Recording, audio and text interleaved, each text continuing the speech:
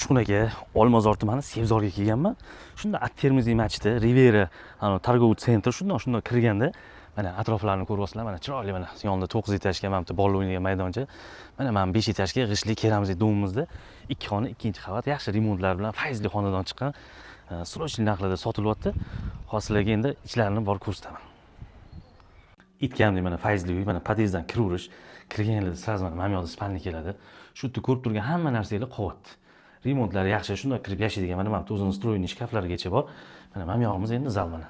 Zal 315 ga 520 ko'rib turganingizda mana konditsioner hamma narsalar bor. 2-qavat keramzitni dom, g'ishtdan keyingi o'rin turadi.